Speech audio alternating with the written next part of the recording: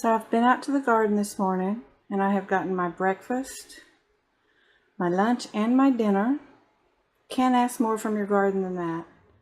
And the loofahs are in full bloom, and you can see how it's taking over the structure. When it was first planted, I did a video, and it was just barely coming up the sides on each one, and now and I said then that it'll take over, and there's some areas that I need to get back up on the arbor.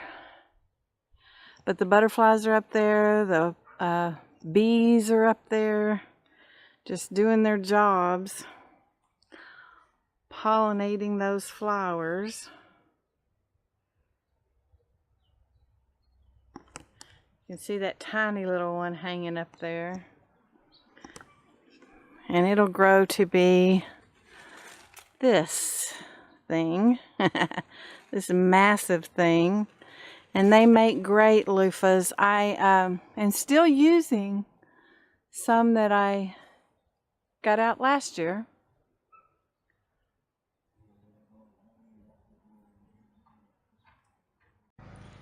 So I'm doing a little experiment here. I don't know if it's going to work, but I've got this patch here. This is my butterfly patch. But it was coming way over into the sidewalk and coming out into this pathway here where I did not want it to come. So what I've done is I have pulled all that up and I have piled a pile all the way around to see if, as that dies down, it may create a natural barrier. It works with some things, so we're fixing to see if it works with the butterfly plant. So this little barrier I put up, it's starting to die out now, and we shall see if it keeps it from spreading everywhere.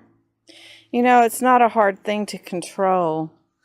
It pulls up relatively easy, and which makes it easy to propagate and move around.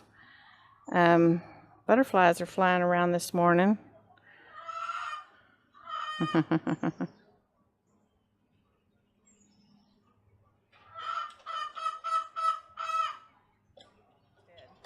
wanted to talk to you today about something that's happened to us, and I'm sure it's happened to you, and I want to let you know what we did about it. One day I'm out in the garden and I'm picking a huge bowl full of kale for juicing, and some of the smaller ones for salad. And then the next day I'm out and this is what I have.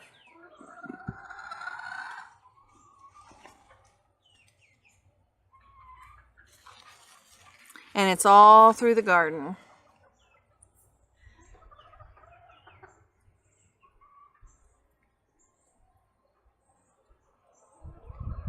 Now I have kale all over my garden, front to back, side to side, because I eat a lot of kale, and all of it has been affected. It's the cabbage worm.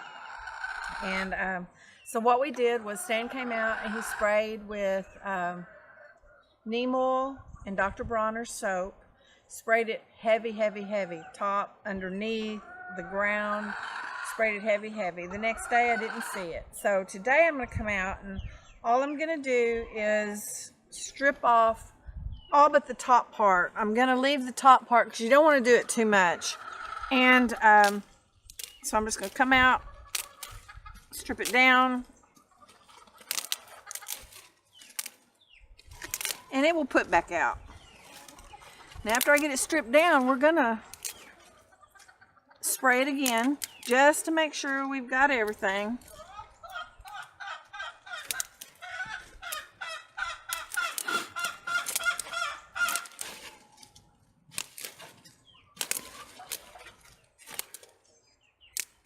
Now, this is what I'm going to leave.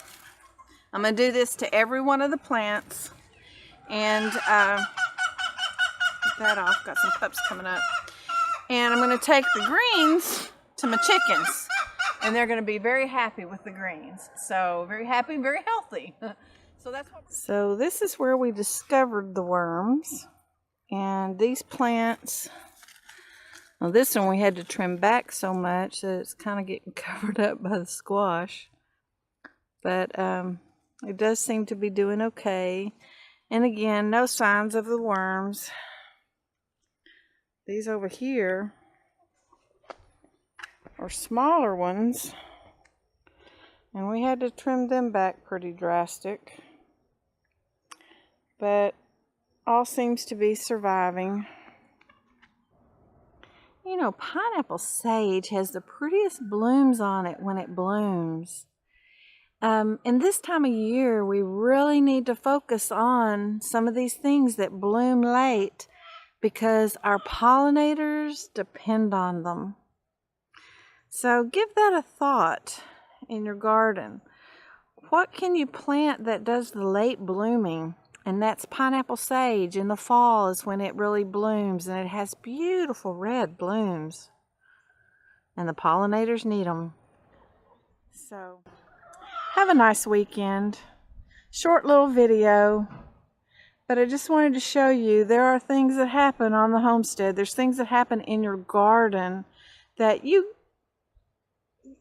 can't prevent sometimes. They just happen before you know it, and you just have to take charge and, you know, get to it. And that's what we did, and it looks like we've succeeded in what we were doing. So again, thank you for joining me. If you haven't subscribed already, please do. And have a great weekend. Bye-bye.